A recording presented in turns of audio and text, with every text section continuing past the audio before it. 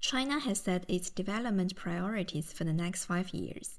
At a key party plenum in October, the CPC leadership adopted recommendations for the new 5-year plan, a comprehensive policy roadmap guiding key growth areas. What significance does this new plan hold for China, and what are its global implications? Today we are joined by Zhang Ning, Senior China Economist at UBS Investment Bank, for his insights into China's latest blueprint. In late October, the Communist Party of China leadership adopted the recommendations for the 15th 5-year plan. From your perspectives, what is the key message conveyed in the document? Sure. So actually, there are at least two very important messages we can learn from the fourth plenum. The first one is about the GDP target in the next 10 years by 2035. The other one is China's highlighted kind of structural themes focusing on the high quality growth. We are seeing at least very important themes anyway in the next 5 years at least. The first one, of course, is about innovation-focused development to push up and develop China's new economy very rapidly. And the second one is about consumption, which means boost consumption will be a high priority in the future, try to push forward the rebalancing at home. And the other one is about China's opening up, for sure, to welcome foreign investment into China and also push forward, promote Chinese corporates going global. And followed by the anti-evolution campaign to revive Chinese corporates' profitability and the inflation. And also the decarbonization is still in place. China still aims to increase the share of the new energy in the total energy structure very sharply in the next 5 years or even several decades. The recommendations also place greater emphasis on deepening opening up. So amid the current complex global trade landscape, why is that so important for China and the world? Clearly, in the past several years, we suffered some kind of challenges externally. One is the trend of deglobalization. The other one is increasing friction between China and the US. And some so-called protectionism re-emerged in some places. So that's why China needs to embrace this kind of change and also try to address this kind of challenges. I believe from the fourth plenum and the new 5-year plan proposal, the government is highlighting at least 3 things in the future. The first one, of course, innovation, which means in light of these kind of tax restrictions, export control on Chinese emerging sectors, etc., China's focus will be on self-sufficiency in the key bottleneck areas, in the strategic important areas. The other one is so-called two-way opening up.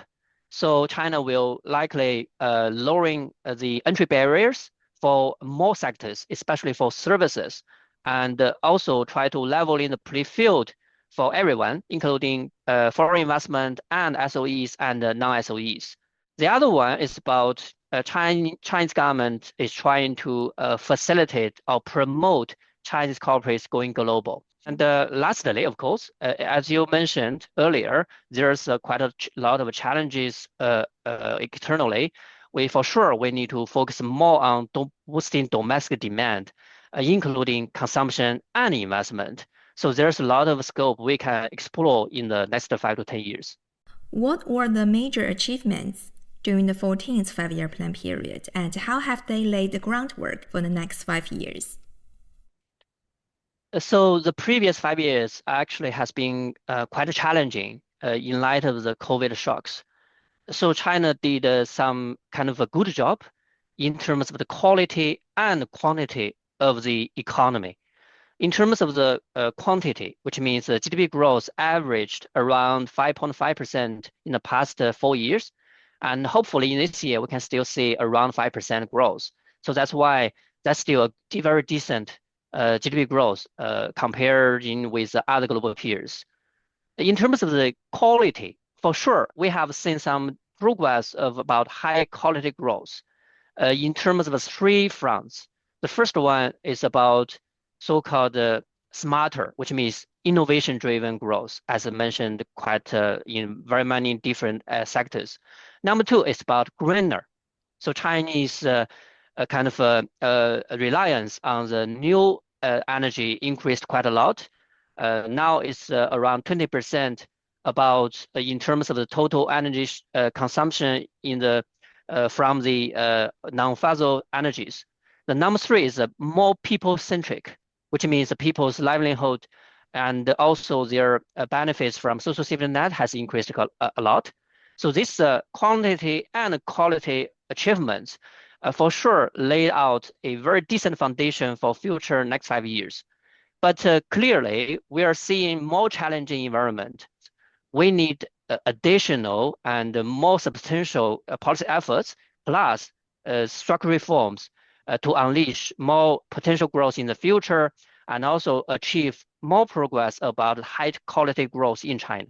How would you summarize the significance of the 15th five-year plan period for China, and what global implications does it have?